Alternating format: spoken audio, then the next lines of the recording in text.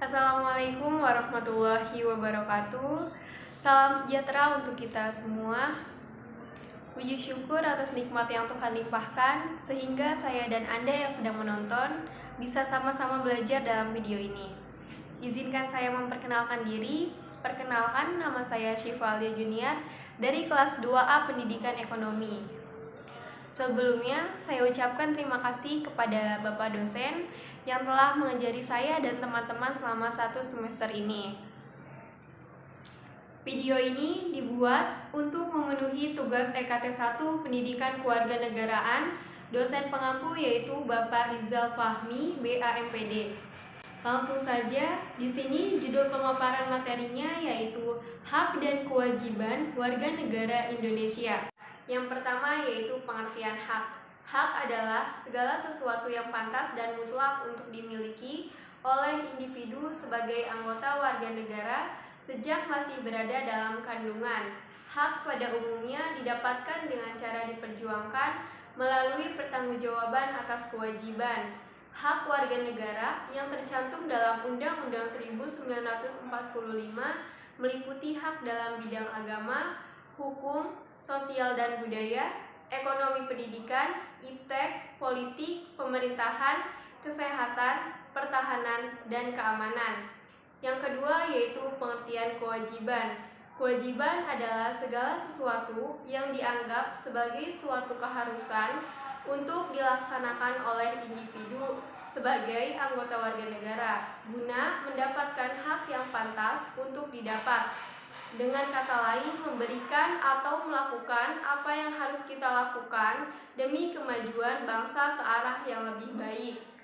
Hak dan kewajiban merupakan suatu hal yang terkait satu sama lain, sehingga harus dijalankan dengan seimbang. Jika hak dan kewajiban tidak berjalan dengan seimbang, maka akan terjadi suatu permasalahan yang akan menimbulkan gejolak masyarakat dalam melaksanakan kehidupan individu, baik dalam kehidupan masyarakat berbangsa maupun bernegara. Contoh hak warga negara. Yang pertama, setiap warga negara berhak memeluk dan menjalankan agama yang mereka percayai. Di Indonesia bukanlah negara yang menganut satu agama saja. Di Indonesia ini ada berbagai macam agama dan kepercayaan. Kita sebagai warga negara Indonesia yang tinggal di tanah air ini diberi hak dan kebebasan untuk memeluk agama yang kita percayai.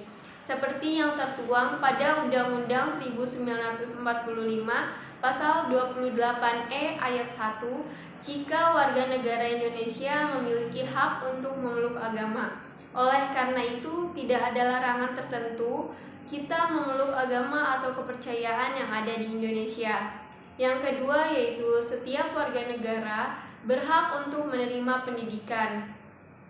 Contoh hak warga negara yang kedua adalah setiap orang atau setiap warga negara di Indonesia berhak untuk menerima pendidikan secara baik, berhak untuk mengembangkan ilmu dan mendapatkan pengajaran demi mencerdaskan kehidupan bangsa. Jadi, semua masyarakat Indonesia berhak untuk menerima pendidikan dengan layak. Karena pendidikan adalah salah satu aspek yang bisa membuat suatu negara menjadi negara yang maju. Hal ini sudah tertera jelas pada Undang-Undang 1945 Pasal 31 ayat 1 dan ayat 2 di mana warga negara Indonesia berhak menerima pendidikan terutama pendidikan sekolah dasar. Yang ketiga yaitu setiap warga negara berhak memiliki kedudukan yang sama di mata hukum. Pada Undang-Undang 1945 Pasal 28D ayat 1 dikatakan, jika semua warga negara berhak untuk menerima perlakuan yang adil, menerima kepastian hukum, perlindungan hukum, jaminan hukum, dan memiliki kedudukan itu, artinya kita sebagai warga negara Indonesia memiliki hak yang sama dengan orang lain. Memiliki hak untuk memiliki kedudukan yang sama di mata hukum. Permasalahan kewarganegaraan di Indonesia. Kewarganegaraan ialah tiap-tiap orang yang menurut ketetapan Undang-Undang Kewarganegaraan di Indonesia, termasuk di dalam warga negara wilayah tertentu. Demikian terpapar rinci dalam Undang-Undang Pasal 26 bahwasanya yang dinyatakan sebagai warga negara adalah Pertama, yang menjadi warga negara ialah orang-orang bangsa asli dan orang-orang bangsa lain yang disahkan dengan undang-undang sebagai warga negara. Yang kedua, seseorang dapat menjadi kewarganegaraan negara Indonesia karena faktor kelahiran, pengangkatan, dikabulkannya permohonan perkawinan, turut ayah atau ibu.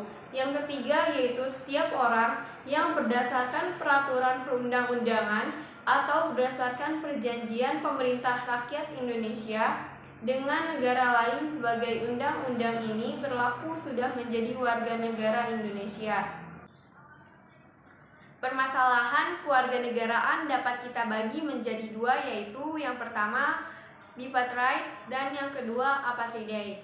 Bipartite yaitu munculnya dua kewarganegaraan terjadi karena seorang ibu berasal dari negara yang menganut asas ius sanguinis melahirkan seorang anak di negara yang menganut asas ius soli.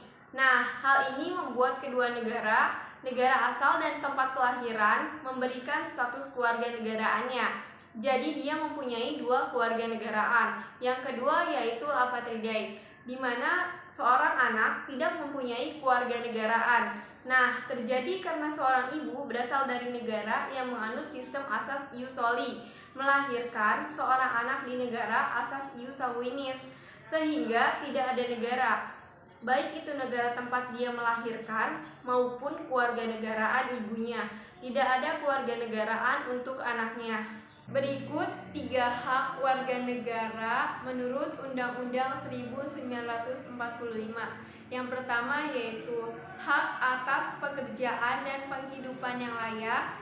Tiap warga negara berhak atas pekerjaan dan kehidupan yang layak bagi manusia.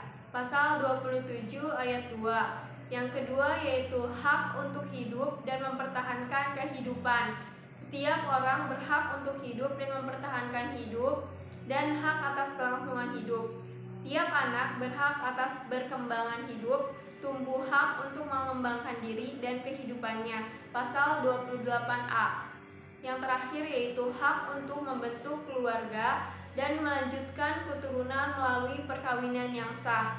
Pasal 28B ayat 1. Selanjutnya yaitu kewajiban warga negara Indonesia. Yang pertama yaitu wajib ikut serta dalam upaya pembelaan warga negara. Yang kedua yaitu wajib menghormati hak asasi manusia orang lain. Yang ketiga yaitu wajib tunduk kepada pembatasan yang ditetapkan dengan undang-undang. Yang terakhir yaitu wajib ikut serta dalam usaha pertahanan dan keamanan negara.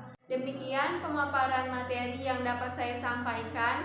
Semoga dapat bermanfaat bagi masyarakat dan yang menonton video ini. Terima kasih. Wassalamualaikum warahmatullahi wabarakatuh.